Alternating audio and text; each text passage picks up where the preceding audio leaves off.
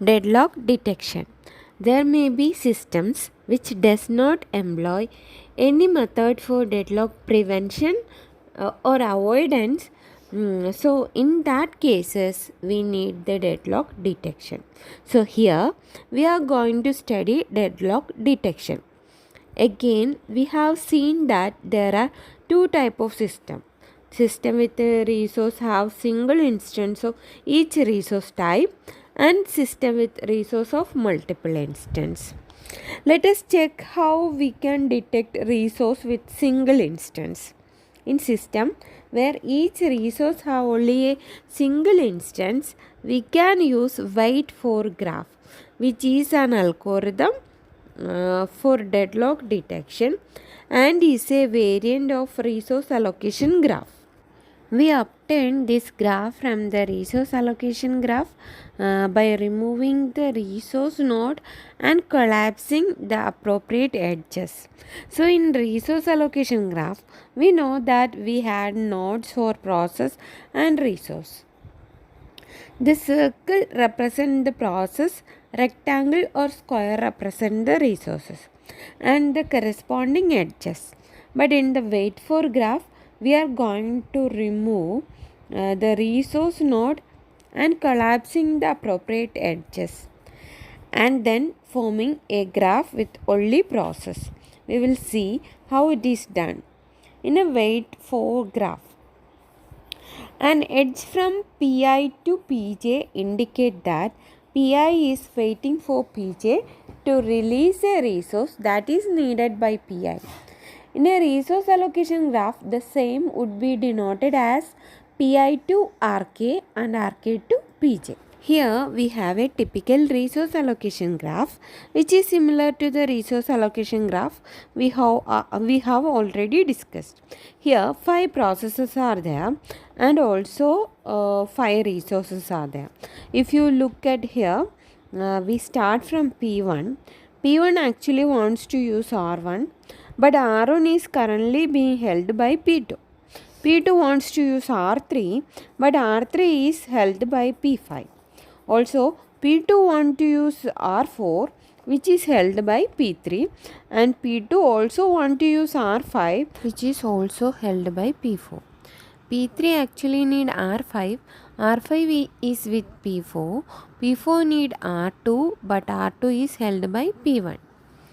We know that in resource allocation graph, if there is a cycle, we will say there is a deadlock. So this is the corresponding resource allocation graph. Here we eliminated all the resource nodes. Wait for graph, we only have process. Wait for graph means it shows the process is waiting for another process. If there is a cycle in the wait for graph, we can say deadlock detected. If there are multiple instances of resource, then the wait for graph will not work.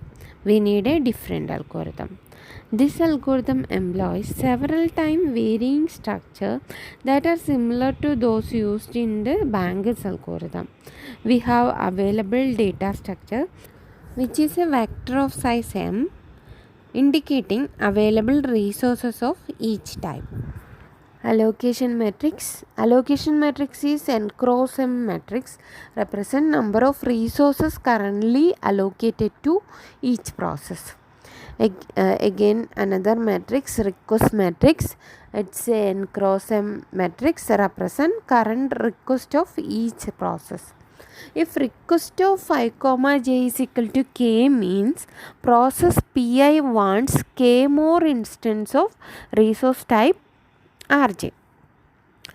Let work and finish be vectors of length m and n. M is the number of resources and n is the number of processes.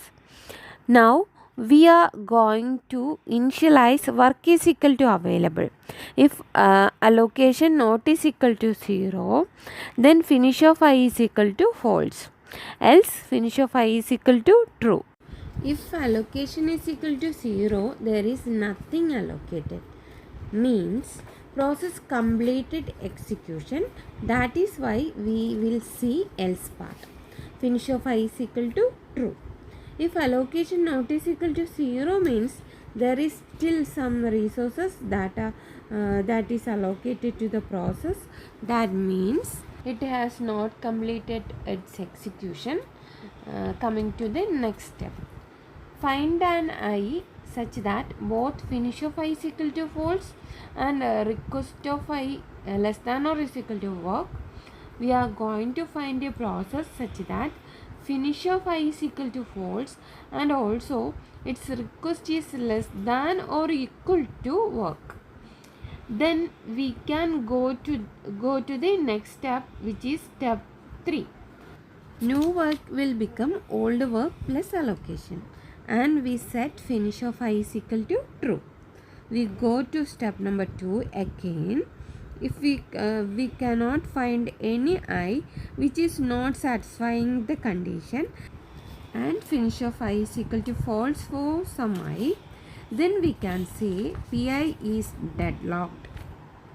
It is somewhat similar to Banger's algorithm, but Banger's algorithm, it is used for making sure that the system is in a safe state.